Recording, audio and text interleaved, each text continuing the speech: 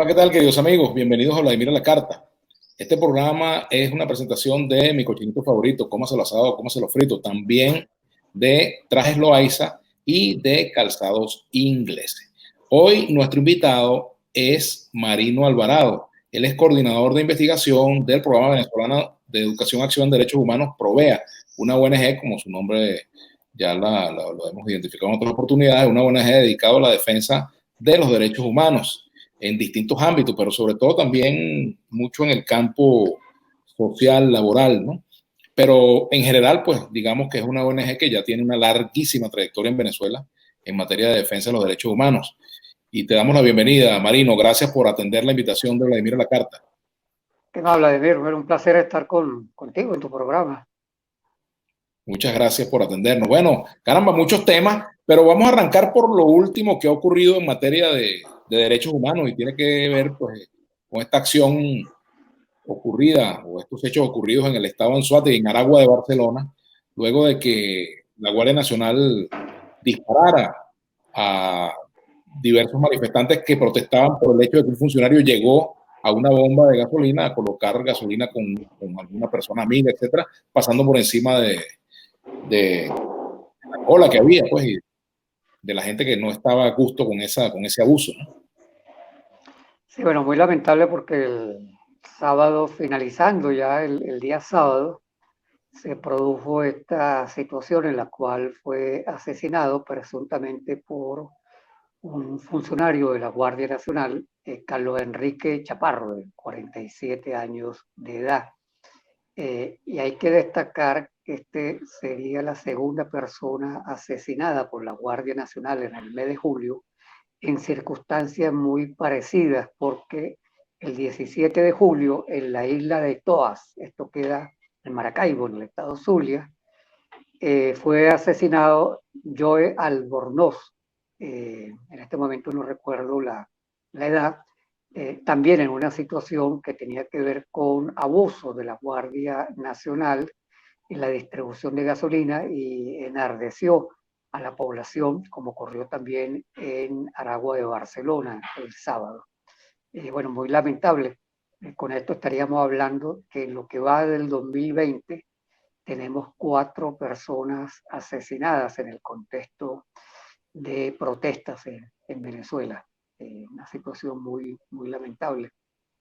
Nosotros en el año 2019 logramos contabilizar, identificar, porque logramos contabilizar 2.102 personas asesinadas por policías o militares.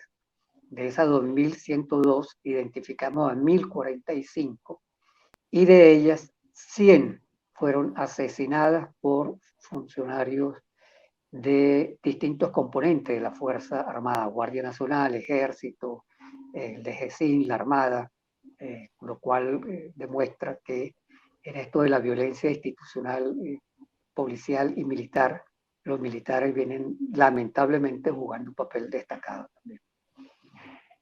Ahora, Marino, fíjate, en días pasados también vimos unas imágenes de unos integrantes de un supuesto colectivo, según circuló, golpeando a unos ciudadanos porque estaban violentando la cuarentena o estaban saliendo a la calle en plena cuarentena. Y Provea, precisamente, ustedes publicaron un video en el cual se mostró esta acción. El fiscal y el defensor, bueno, luego de la presión a través de los distintos medios, sobre todo en redes sociales, publicaron una nota diciendo que iban a adelantar una investigación. Lo mismo ha ocurrido con este caso de Aragua de Barcelona. El fiscal ha anunciado una investigación, pero hasta ahora no hay detenidos. Entonces, me gustaría un comentario tuyo al respecto, ¿no? Bueno, bien que se hayan pronunciado tanto el fiscal general constituyente como el defensor del pueblo y también Larry Dabov, que es el representante del gobierno del Sistema Internacional de Protección de Derechos Humanos. Los 3 se pronunciaron el mismo día diciendo que se deberían adelantar investigaciones. En el caso del fiscal, que se iban a adelantar investigaciones. No somos muy optimistas frente a estas investigaciones, me refiero al caso del video en particular, porque no es la primera vez que se ha prometido investigaciones en casos que han tenido mucha denuncia pública, o la gravedad de los hechos y los resultados no se ven. Ojalá en el caso de esta persona asesinada en Aragua de Barcelona haya avance en las investigaciones. Ahí la comunidad ha identificado incluso al presunto funcionario de la Guardia Nacional, un capitán. Han difundido el apellido, incluso las personas enardecidas, molestas por el asesinato, se dirigieron a la casa de este capitán y bueno, causaron lamentablemente también algunos daños. Pero ahí aparentemente está como muy bien identificado quién sería el presunto responsable. Ojalá se avance en las investigaciones porque estos hechos que se repiten una y otra vez en nuestro país desafortunadamente son consecuencia de la alta impunidad.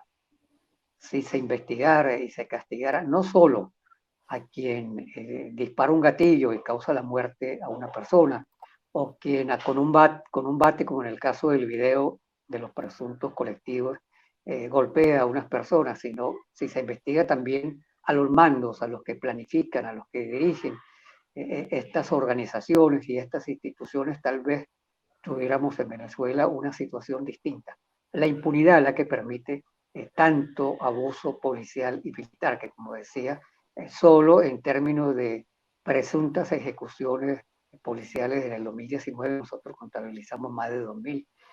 Bachelet en su reciente informe Más de 2000, presentado en julio, perdón, más de 2000. Más de 2.102 en el 2019. Y Bachelet, ahora que presentó su informe en julio, identificó que entre enero y mayo del 2020, más de 1.345 presuntas ejecuciones se habían realizado en Venezuela. Una cifra considerablemente alta, yo diría única en América Latina, por lo menos para poner un espacio geográfico grande. No creo que en algún otro país de nuestro continente se realice tal nivel de ejecuciones policiales.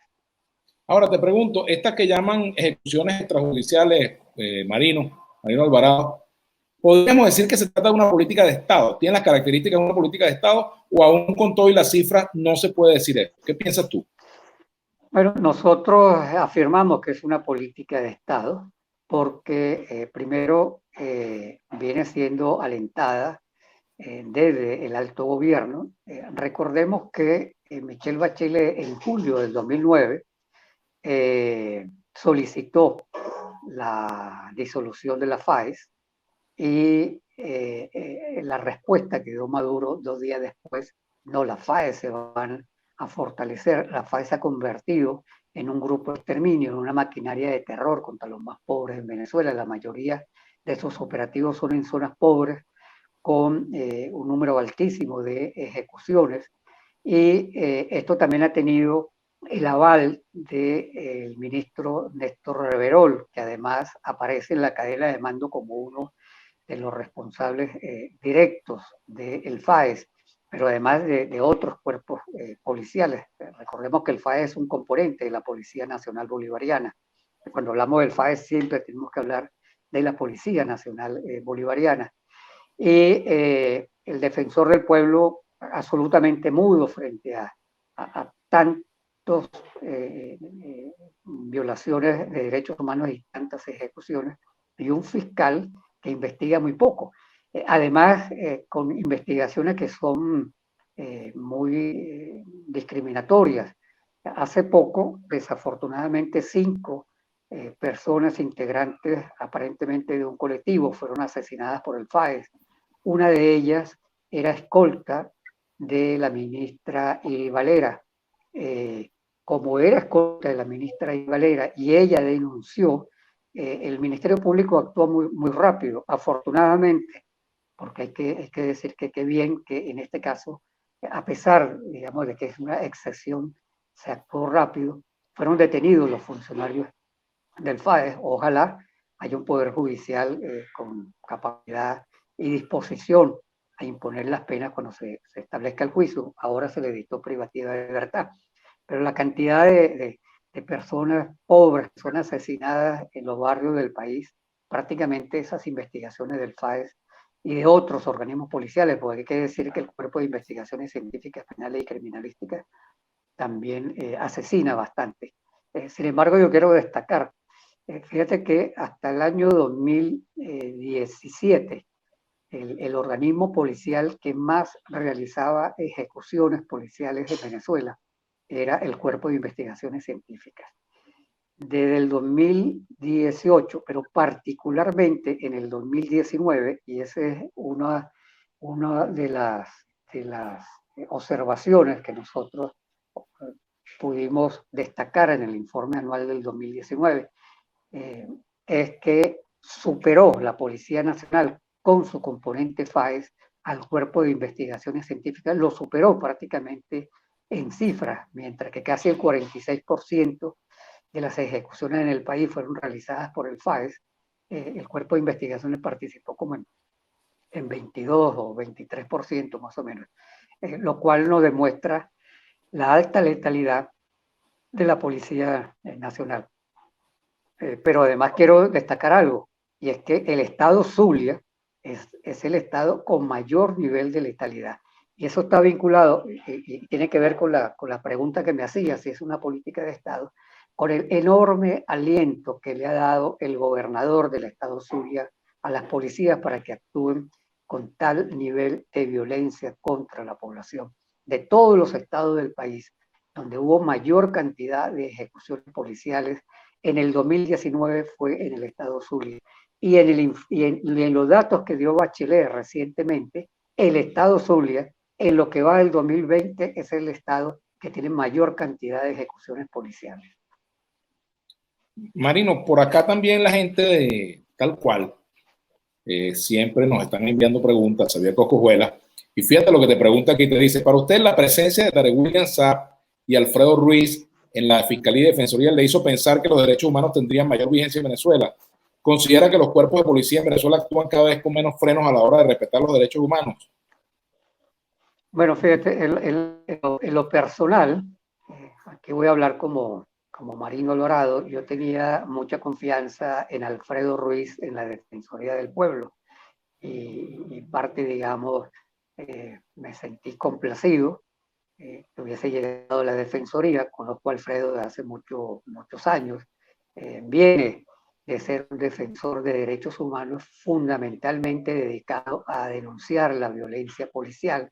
Durante más de 30 años estuvo Alfredo Ruiz denunciando las ejecuciones policiales, pero ha sido frustrante su actuación realmente.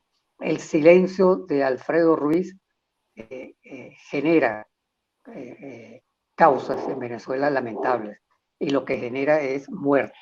Si Alfredo Ruiz, como defensor del pueblo, tuviera un papel activo denunciando la violencia policial y militar en Venezuela, si usara las competencias que le dio el Tribunal Supremo de Justicia para investigar, recordemos que hay una sentencia del Tribunal Supremo de Justicia que le dio a la Defensoría del Pueblo facultades de investigar, y una sentencia que se dio además en un contexto en el cual se le quería quitar poder a la fiscal general Luisa Ortega Díaz, pero esa sentencia está vigente, no se hacen investigaciones. Ese silencio de Alfredo Ruiz causa graves violaciones a los derechos humanos en Venezuela. En el caso de Tarek William Saab, muy lamentable, porque Tarek también tuvo una larga historia.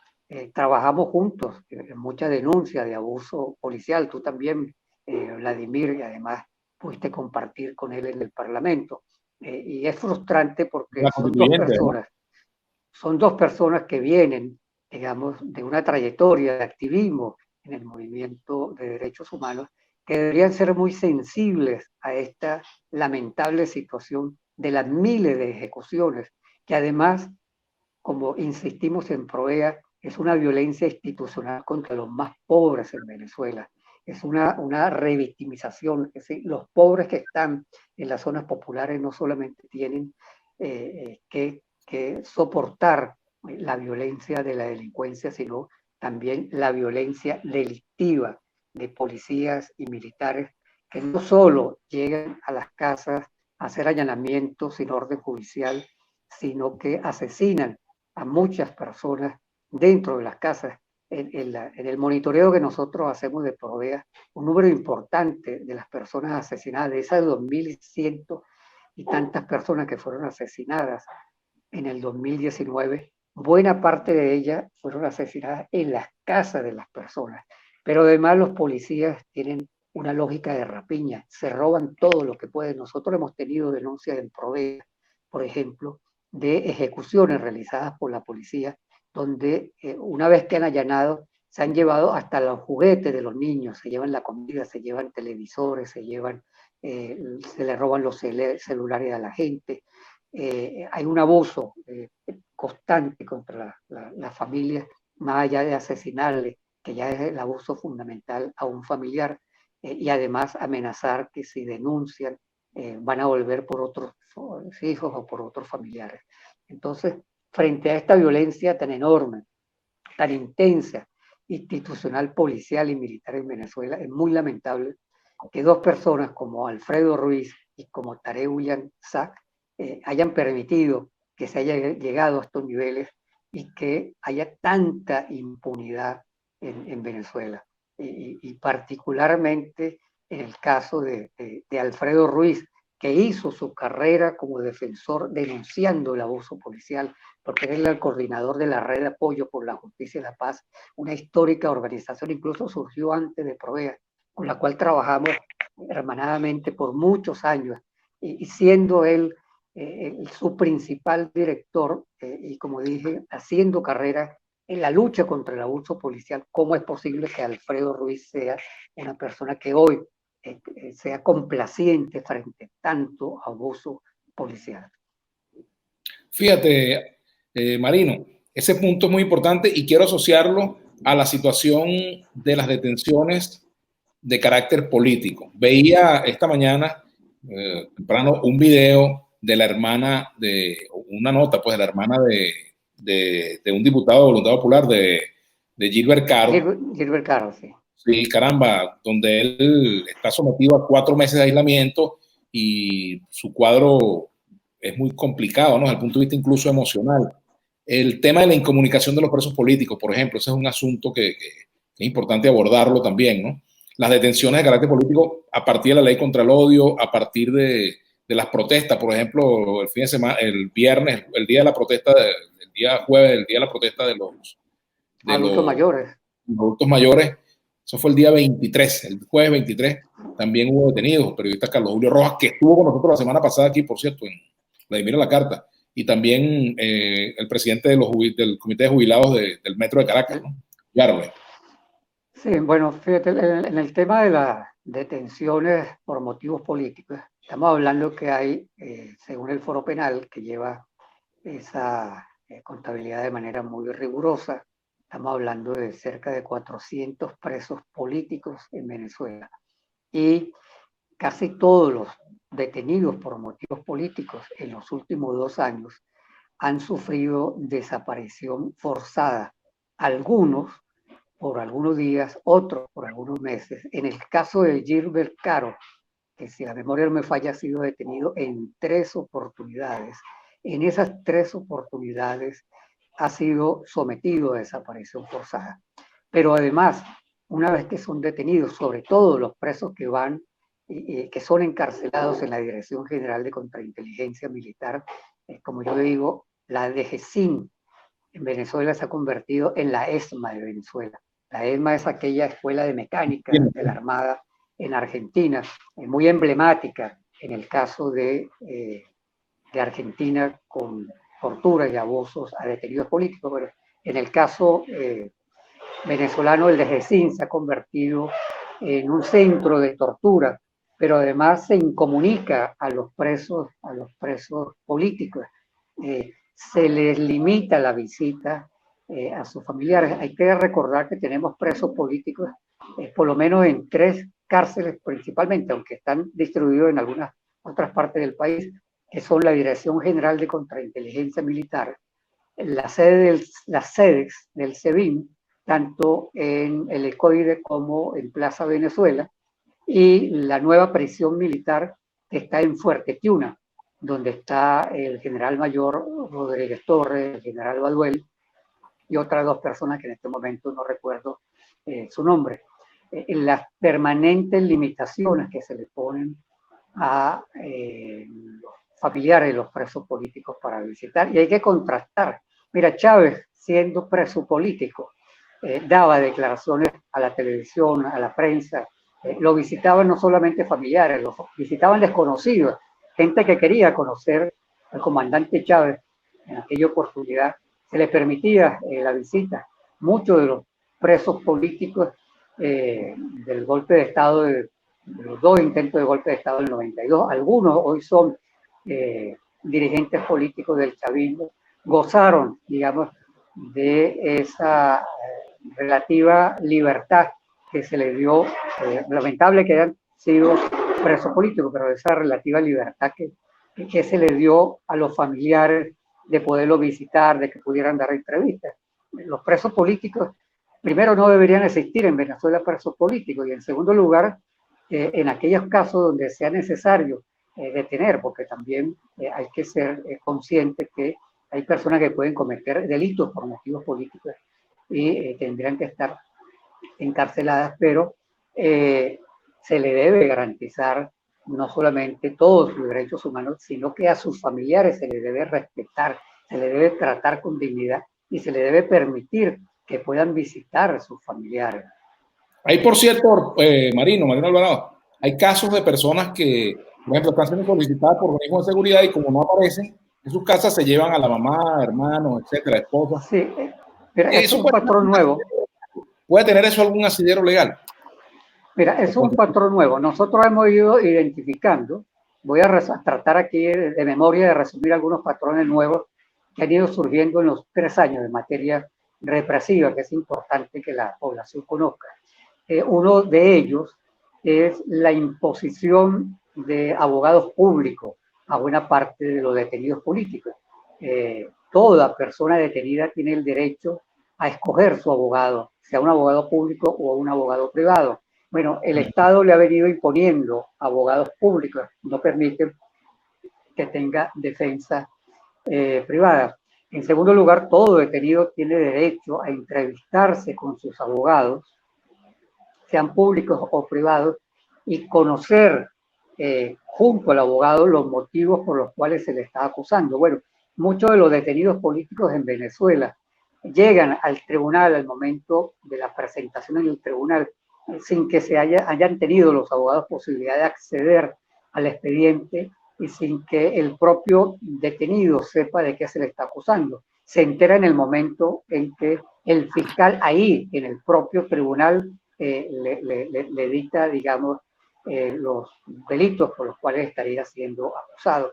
Un tercer elemento, y es muy grave, es esta desapariciones forzadas que decía, prácticamente toda persona detenida por motivos políticos es desaparecida por algunos días, incluso por algunos meses. Y finalmente, esto es muy terrible lo que está pasando, es que si van a buscar a una persona y no la consiguen, se llevan a un familiar. Y esto hay que advertirlo, no está pasando solo con detenciones por motivos políticos. Hay un caso, no sé si lo recuerda Vladimir, del año 2018, finales del 2018, principios del 2019, en este momento no recuerdo la fecha, de un niño de 8 años que fue secuestrado por el CONAS, cuando el CONAS fue a buscar al padre, que supuestamente estaba involucrado en el hurto de un vehículo, y como no consiguieron al padre, el CONAS se llevó al niño de 8 años. Fue gracias a una enorme campaña nacional e internacional por redes sociales, luego que su madre denunció que el CONAS puso en libertad a este niño, lo dejó en un centro comercial abandonado, y afortunadamente un vigilante del centro comercial le prestó atención. Pero esto también ha ocurrido con personas detenidas por motivos políticos. Se han llevado a la esposa de un detenido, al hermano, a un cuñado, a veces a varios miembros de la familia, a la mamá de las personas. Y esto, digamos, lo refleja el nivel no solamente de represión, sino esa falta de humanidad que tiene este gobierno? ¿Cómo es posible que se puedan llevar, como ha ocurrido, por ejemplo, a la madre de una persona de 70 o 80 años porque no consiguieron a la persona que iban a detener? ¿Cómo es posible, como ocurrió hace poco, no recuerdo el nombre del detenido político, donde se llevaron a la esposa y al niño de 11 años también detenido, presionando para que se entregara la persona? Entonces, este otro patrón que se ha venido planteando como afianzando, digamos, en las políticas represivas del gobierno. Entonces, hay un incremento progresivo de la represión. Hay un trabajo que hizo para Provea el abogado Fernando Fernández, que se llama Todo enemigo se presume culpable. Yo invito a las personas que me están viendo que lo pueden buscar en la página de Provea, www.derechos.org.b. Se llama Todo enemigo se presume culpable. Es una investigación que hizo el abogado penalista Fernando Fernández, que precisa muy bien esta política represiva de los últimos años, estos patrones represivos que han ido surgiendo y cómo no hay un respeto a el derecho de presumirse inocente de toda persona que es detenida, sino que se presume culpable y le corresponde a la persona detenida demostrar su inocencia, es decir, el derecho penal, el derecho procesal penal totalmente invertido y los derechos de las personas totalmente vulnerados. Me gustaría hablar un poco sobre el tema de derechos humanos y el COVID-19 y lo asocio con este asunto que comentábamos de los batazos que le dieron a unos ciudadanos porque estaban en la calle o sin la mascarilla o estaban en la calle sin permiso por el tema de que no cargaban los salvoconductos. Entonces un grupo de ciudadanos parapoliciales, no sé qué grupos son o si son funcionarios, porque hasta ahora no se ha determinado, les dieron unos batazos para que aprendieran a respetar las normas, pues, una especie de, eso que llamaban los torturadores de antes, el bate ese que lo llamaban precepto constitucional, bueno, se lo aplicaron a estas personas. Así mismo, así mismo. No es ninguna gracia, es una tragedia eso. Pero me gustaría comentar por allí y entonces asociarlo con el trato en materia de derechos humanos en esta situación de pandemia, que es otra de las preguntas que hace la gente de tal cual.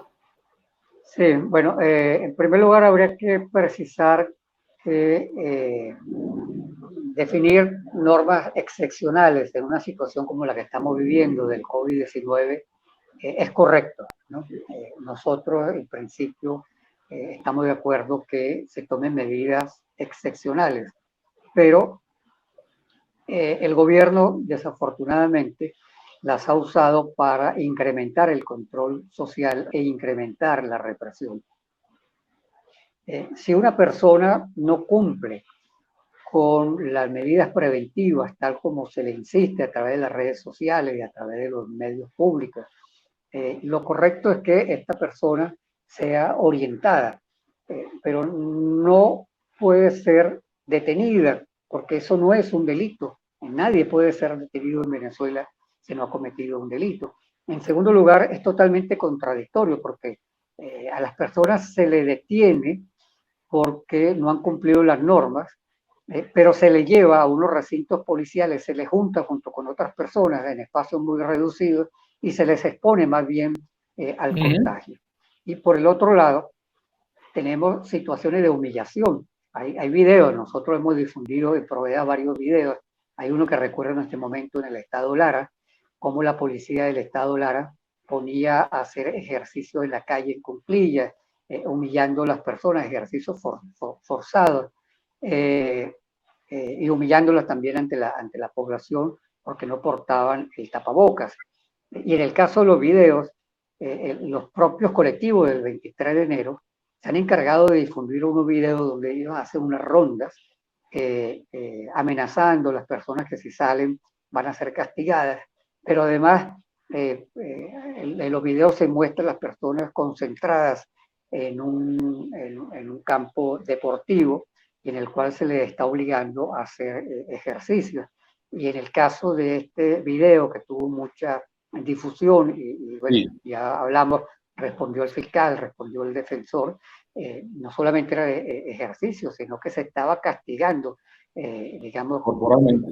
con malos tratos a estas personas, dándole batazos, que además le pueden generar una fractura. Cuando tú ves el video, varias veces te das cuenta que no le dan en la nalga, le dan en las piernas. O sea, un batazo de eso puede fracturar a una persona en una situación de salud tan lamentable como tenemos en el país. Entonces, no solamente es que se humilla y se agrede en ese momento a la persona, sino que se le pone en riesgo a su salud. Ahora fíjate, Marino, a mí me llama la atención que si se tratara, por ejemplo, de una agresión contra alguien del gobierno o alguien asociado al poder o a la militancia en las organizaciones que son partidarias del gobierno, pues las investigaciones concluyen rápidamente con la detención de alguien, pero en cuestión de horas. Hasta ahora no hemos detenido a estas personas que deben ser fáciles de identificar porque hacen vida en el oeste de la ciudad, son conocidas y bueno, ahí están las imágenes. Aquí los organismos de inteligencia funcionan bien, que yo me imagino que sí, ¿verdad?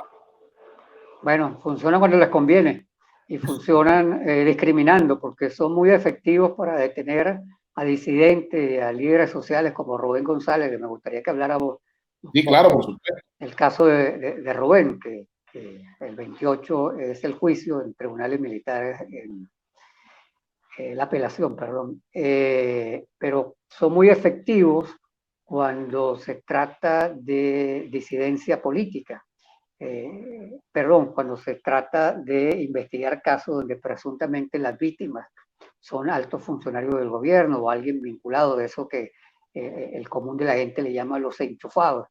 Pero cuando las agresiones son contra Pedrito González o Juancito que vive en un barrio o un dirigente político de la oposición, ahí no hay investigación, ni siquiera se abren las investigaciones. Y en algunos casos se tiene hasta la desfachatez de que la víctima se le pone como victimario, es decir, quien lo agredió lo hizo porque aparentemente la víctima, en este caso algún dirigente político, forzó a que esa situación ocurriera. Entonces tenemos una justicia totalmente parcializada. Ajá. Dime, Vladimir. Esa figura que llaman el ataque al centinela, que es una de las figuras favoritas a la hora de tener personas que son abusadas por los cuerpos de seguridad, ¿no? Sí, bueno, mira, es una tergiversación en la interpretación del Código de Justicia Militar en Venezuela, que se le ha venido aplicando a manifestantes. Se aplicó aquí, digamos, la justicia militar a civiles, se ha aplicado durante muchísimos años. Antes incluso que llegaran los gobiernos bolivarianos se aplicaba la justicia militar. Tuvo un largo tiempo donde se aplicó muy poco, pero en el 2017 se empezó a aplicar de manera muy intensa la justicia militar con las manifestaciones en el contexto de la rebelión popular que hubo en el 2017 y se ha venido aplicando, y uno de los delitos que con mayor frecuencia se usa es este de asalto al centinela, que quiere decir que una persona haya asaltado, haya intentado desarmar o agredir a un funcionario militar en un momento en que él está cumpliendo funciones de centinela, de cuidado. Entonces, cualquier insulto, cualquier agresión muy leve que se le haga a algún funcionario, entonces se le aplica esto de asalto al centinela.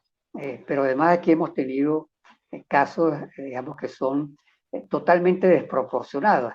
En el 2012, 5 capitanes indígenas fueron juzgados en tribunales militares y se les aplicó el asalto al centinela, porque ellos descubrieron, no sé si recuerda ese caso, Vladimir, que había unos militares que estaban en lo que se conoce hoy como el arco minero, Claro que sí. estaban en actividades de minería ilegal. Los propios integrantes del ejército estaban explotando ilegalmente una mina y fueron rodeados por los pemones. Los pemones los desarmaron, no los agredieron, las armas les fueron entregadas a la República, en este caso al Ministerio de la Defensa, y resulta que en vez de investigar y sancionar a quienes ejercían minería ilegal, fueron detenidos 5 indígenas pemones procesados en la justicia militar. Uno de ellos duró varios meses en la cárcel de La Pica. Y estas son, digamos, el tipo de distorsiones que tenemos en la justicia venezolana. Después, en el 2012 también se le aplicó justicia militar a 5 sindicalistas de la construcción quienes realizaron una protesta porque ellos trabajaban en la Misión Vivienda Venezuela y tenían 3 meses que no les pagaban. Realizaron una protesta cerca de un fuerte, en este momento no recuerdo el nombre, ahí en San Cristóbal, y bueno, estos sindicalistas estuvieron 5 meses presos en la cárcel de Santa Ana, año y medio procesados en justicia militar para que finalmente se les diera libertad plena. Y ahora tenemos el caso del sindicalista Rubén González, a quien se le aplicó la justicia militar y se le aplicó inicialmente el delito de asalto al centinela, posteriormente se le quitó ese delito y bueno, está ahora procesado, un dirigente sindical reconocido en el país como defensor de derechos humanos laborales, procesado en la justicia militar por defender derechos laborales. Entonces hay un abuso de ese artículo del Código de Justicia Militar. Bueno, fíjate, ahí hay una situación que es muy riesgosa, hay que decirlo así, porque se está llevando a las personas a unos lugares, a hoteles, a otros centros, donde la atención que se le da no es la más adecuada. Y esto está generando miedo en la población. Yo he escuchado comentarios, yendo por ejemplo al mercado de Guaycaipuro, donde las personas han dicho, bueno, mira, si a mí me da COVID, yo por nada del mundo hago alguna llamada para que me vayan a llevar a un sitio de esos donde a uno lo maltratan. Entonces, eso genera un riesgo porque puede conducir precisamente porque no se está dando atención adecuada en estos centros, que está bien, o sea, está bien que se acondicionen para que las personas puedan ser aisladas, pero el gobierno tiene que garantizar la mejor atención, porque si no, lo que va a ocurrir es que muchas personas que terminen siendo afectadas por el virus del COVID-19 no van a querer que sean atendidos por los médicos del sector público, porque no quiere que se les lleve a ningún lugar. Y esto es muy riesgoso porque en términos de salud significa que hay mayor posibilidad de que se pueda expandir el coronavirus. Entonces, mi llamado para las autoridades, sobre todo para las autoridades del sector salud, es que ellos deben hacer todos los esfuerzos de coordinación con el resto de instituciones del Estado para que las personas que sean confinadas por necesidad de aislamiento tengan el mejor trato posible, porque de lo contrario vamos a tener una situación donde las personas no van a querer reportar los casos y esto de verdad para la salud de la población es muy negativo y para el propio Estado que no va a poder tener un control efectivo de cuántas son las personas que están afectadas por el COVID.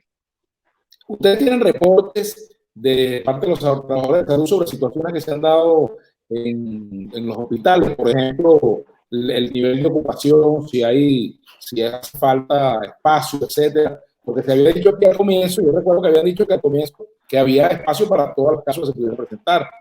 Y resulta que cuando se publica el poliedro y se sacan los estudiantes de la residencia libre de gobernar quiere decir que no es así, ¿no? Bueno, nosotros propiamente como Provea no tenemos esos datos, pero seguimos muy minuciosamente las informaciones que emite Médicos Unidos, que tiene un reporte nacional casi diario sobre la situación del COVID en Venezuela, cómo está la situación hospitalaria, cómo están las condiciones de trabajo, condiciones de medio ambiente de trabajo del personal de salud en hospitales y en clínicas del país. Lo que ellos vienen advirtiendo es que no hay la capacidad de camas suficientes para atender las personas que pudieran enfermarse en las próximas semanas. Recordemos, y esto es muy lamentable y preocupante para el país, que cada día los reportes que da el gobierno se van incrementando. En los últimos días los reportes están por encima de los 600 casos.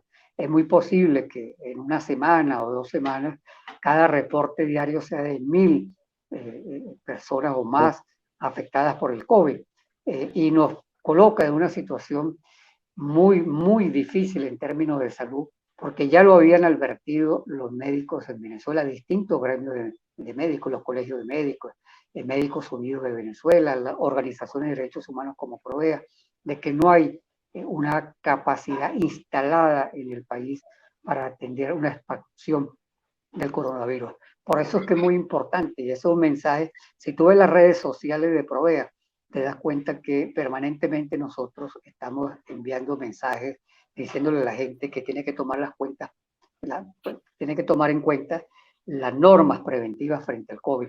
La mejor medida frente a esta expansión del coronavirus es que nosotros mismos nos cuidemos, que usemos el tapabocas, que nos lavemos las manos. Esas recomendaciones tan sencillas que están haciendo los médicos son fundamentales, y entre más se expanda el coronavirus en Venezuela, más necesario es que seamos rigurosos en el cumplimiento de estas recomendaciones, que con insistencia los médicos lo vienen haciendo.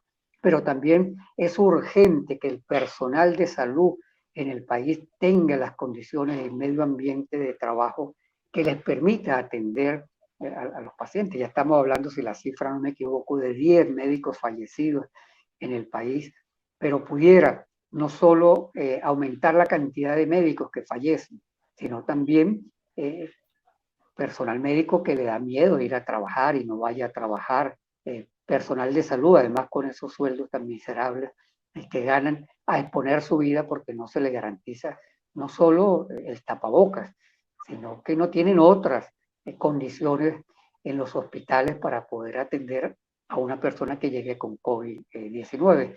Entonces, aquí hay medidas que tienen que ser de la propia ciudadanía, como cumplir con esas recomendaciones que con insistencia se están haciendo, pero el Estado tiene que adoptar medidas urgentes y tiene que reforzar esa cooperación con los organismos que están dando ayuda humanitaria en Venezuela. Afortunadamente, la ayuda humanitaria se ha dejado ingresar, y la Cruz Roja y otras organizaciones internacionales de ayuda humanitaria han empezado a distribuir materiales. En estos días había una ponencia del doctor Julio Castro muy interesante, en el cual él mostraba en unas estadísticas cómo, en la medida en que por la ayuda humanitaria se le han venido dando plantas eléctricas a los hospitales del país, ha habido una reducción en las muertes como consecuencia de bajones de luz o de idas del servicio eléctrico en hospitales, lo cual demuestra que hay una incidencia muy concreta de la ayuda humanitaria, dando plantas eléctricas, salvando vidas. Igual esta ayuda humanitaria que reparte medicamentos, que reparte insumos para que se pueda atender a las personas con COVID-19, bueno, puede dar resultados positivos. Y ahí tiene que haber una mayor coordinación, no solamente de las instituciones del gobierno con el sector médico y con las agencias humanitarias, sino como hemos venido planteando las organizaciones de la sociedad civil. El momento no es para la confrontación política, el momento es para que todos unamos esfuerzos para atender la situación del COVID, y que esa persona que fue contagiada por COVID y tiene que ser confinada tenga las mejores condiciones en el lugar donde esté. Que ese médico que tiene que atender a la persona tenga todos los implementos, que ese hospital tenga suficiente cloro, suficiente desinfectante para que haya menos posibilidades de expansión. Hacia eso debemos apostar para que no se pierdan muchas vidas. En Venezuela digo muchas vidas porque desafortunadamente el COVID va a seguir llevándose vidas en Venezuela.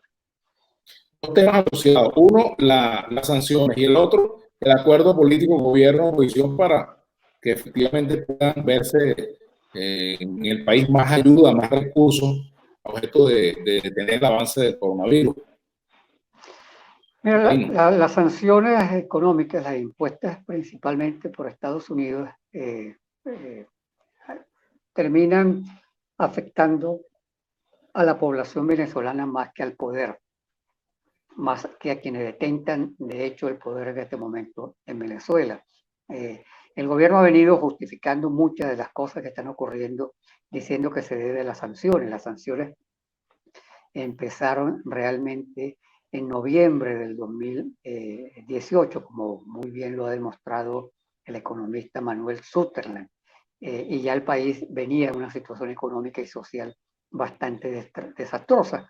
Pero una vez que se implementan las sanciones, hay mayores limitaciones y se dificulta aún más que se puedan atender problemas sociales. Nosotros en Provea históricamente hemos tenido una posición contraria a las sanciones económicas. Nosotros apoyamos las sanciones individuales contra violadores de derechos humanos, estas que imponen la Unión Europea, que impone Estados Unidos, que algunos países de América Latina también han impuesto a título individual contra personas que tienen un prontuario amplio de violaciones a los derechos humanos en Venezuela.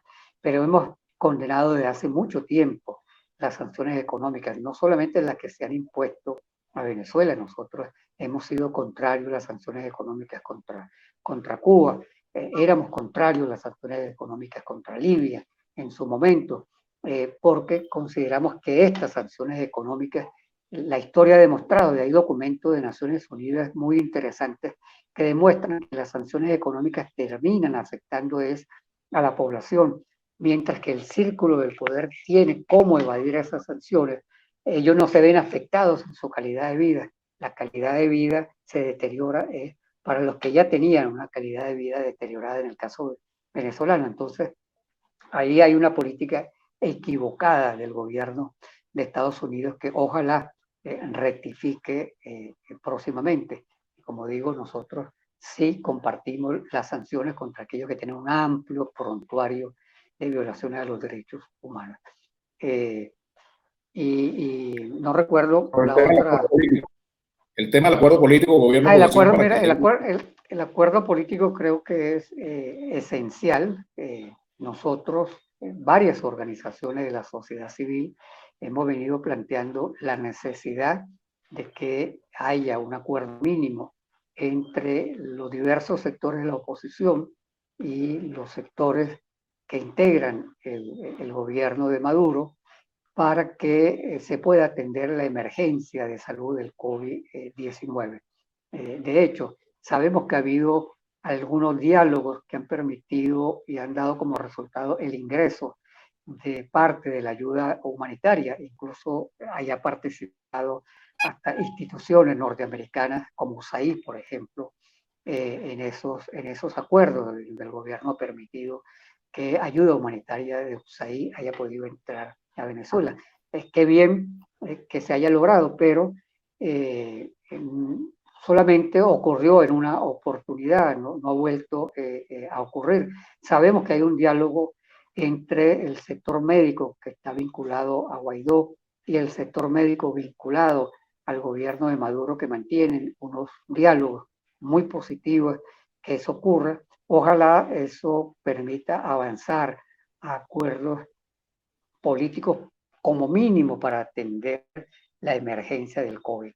Todos los indicadores de la gente que viene estudiando de forma muy seria la expansión del virus en el país vienen diciendo que el mes de agosto y el mes de septiembre va a ser un mes de muchísima expansión. Bueno, frente a esta tragedia es necesario el acuerdo político institucional que permita que tanto la Asamblea Nacional como el gobierno de Maduro y otras instituciones que puedan participar, más la comunidad internacional que pueda apoyar y las agencias humanitarias puedan lograr un acuerdo para que la ayuda humanitaria llegue no solamente en mayor cantidad, sino de forma más rápida, para que la distribución sea lo más transparente posible y para que tenga efectos positivos en la gente.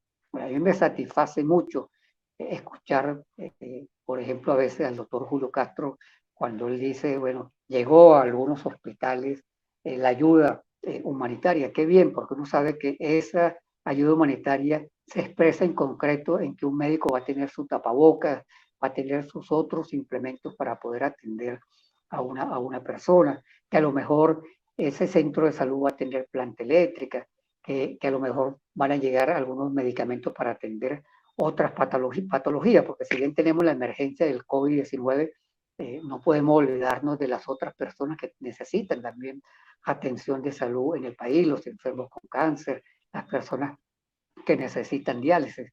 Y en la medida en que la ayuda humanitaria ingrese y los hospitales puedan dar la mejor atención a la población, está ganando el país. Yo creo que aquí se trata de apostar de cómo gana la población venezolana, no cómo se beneficia un sector político, sino cómo se beneficia la población y cómo gana el país frente a esta situación, porque al fin y al cabo se trata de salvar vidas. Aquí lo que está en juego son vidas de niños, de personas adultas, de personas ricas como de personas pobres, porque el COVID no tiene identificación con categorías sociales ni con categorías políticas. Entonces debemos apostar a la vida y por eso las organizaciones de la sociedad civil insistimos.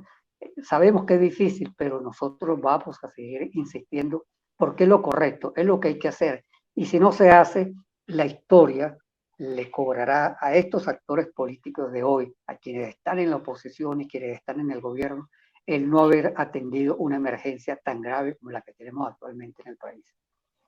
Dos cositas finales, Marino, dos puntos. Uno, Rubén González, que no ampliamos sobre ese caso, me gustaría saber el estado actual del caso. Y dos, la participación o no en las elecciones. ¿Cómo ven esas elecciones en este contexto de país? Mira, en el caso de Rubén González, para quienes no saben, es un dirigente sindical, secretario general de Ferrominera del Orinoco, tiene ya más de un año detenido, procesado en la justicia militar por ser un defensor de derechos laborales. El próximo 28 de julio, en el estado Monagas, se va a dar la audiencia de la apelación que se hizo. Rubén fue condenado a 5 años y 7 meses de prisión por supuestamente haber deshonrado a la Fuerza Armada, eh, aparentemente por haber insultado a unos guardias nacionales, pero en el fondo lo que hay es el castigo por su consecuencia como defensor de derechos humanos. Él estuvo procesado 5 años atrás también por defender derechos laborales. De hecho, yo fui uno de sus abogados en Caracas y al final la sentencia fue absolutoria. Nosotros aspiramos que con esta apelación se logre que la justicia militar rectifique y esa sentencia a 5 años, la Corte de Apelaciones que va a atender el caso ahora el 28, tome una decisión distinta. Cualquiera sea la situación, ya es una arbitrariedad que un dirigente sindical, por solo defender derechos laborales en el país, esté preso. Y en el caso, fíjate, de las elecciones, nosotros en Provea no hemos fijado públicamente una posición. Nos preocupan, sí, dos cosas. Uno, que haya una expansión significativa del coronavirus y entonces se esté convocando a un proceso electoral en un momento donde hay mayor cantidad de contagios. Lo razonable en unas circunstancias como esa sería que no hubiese elecciones, digamos, si se expande el coronavirus. Y en segundo lugar, tiene que haber condiciones suficientes que permitan no solamente que distintos partidos políticos puedan participar, sino que haya confianza en el voto. Yo en lo personal respeto las distintas opciones que pueda tener la gente de votar o no votar, pero independientemente de esa opción, creo que todos debemos apostar en que en el país se debe reconstruir el sistema electoral, porque fue destruido. Se destruyó la confianza en el sistema electoral. La institución del Consejo Nacional Electoral no garantiza la confianza suficiente. El voto, que es un derecho, no solamente de elegir, sino de ser elegido, ha sido distorsionado. Entonces, creo que todos debemos apostar. Le conviene a quienes están en el gobierno, le conviene a quienes están en la oposición, le conviene al ciudadano común que va a votar y debe tener confianza de lo que él vote a favor de una u otro candidato, ese voto se refleje en el resultado. Entonces necesitamos apostar a la reconstrucción de un Consejo Nacional Electoral que sobre todo le dé confianza a la gente. Y creo que en este momento ese Consejo Electoral no lo tenemos. Y con un Consejo Electoral en esas condiciones, desafortunadamente no hay estímulo para que la gente vaya a votar. Ojalá volvamos al país en el cual la gente con mucho entusiasmo iba a las urnas electorales a ejercer su derecho político al voto. Finalmente, ahora sí, ¿vamos hacia más represión o menos represión? ¿Cuál es el que ustedes creen? Más represión. Este es un gobierno que cada vez reprime más, que está aplicando la política del miedo y el terror y que cada vez le da más libertad a los cuerpos policiales y los cuerpos militares para que actúen con arbitrariedad frente al ciudadano. No solamente la represión en términos políticos se va a incrementar también la represión contra el ciudadano pobre que vive en cualquiera de nuestros barrios del país, porque van a seguir los operativos del FAE, va a seguir el Cuerpo de Investigaciones asesinando, va a seguir la policía del Zulia asesinando, mientras desde el alto poder se aliente la actuación arbitraria y mientras que tengamos un defensor del pueblo en silencio y un fiscal que investiga muy poco estas graves violaciones a los derechos humanos. Bueno, Marino, te agradezco muchísimo que nos hayas acompañado. Siempre a la orden, Vladimir. Gracias, de verdad que sí, te agradecemos mucho. A Marino Alvarado, quien es el coordinador de investigación de Provea. Bien, este programa ha sido una presentación de mi cochinito favorito, cómo se lo asado, cómo se lo frito, también de calzados ingleses y de trajes Loaiza. Así que nos vemos esta noche en Con Tres Puntos y mañana nuevamente estaremos en Vladimir a la Carta. También esta entrevista pueden verla en mi canal de YouTube, Vladimir Villegas TV. Pueden verla también en mi Facebook, Vladimir Villegas-periodista. También pueden verla en mi Instagram, Vladimir Villegas P. Y, por supuesto, en la página de Tal Cual también pueden ver esta entrevista con Marino Alvarado. Bien, será entonces hasta mañana.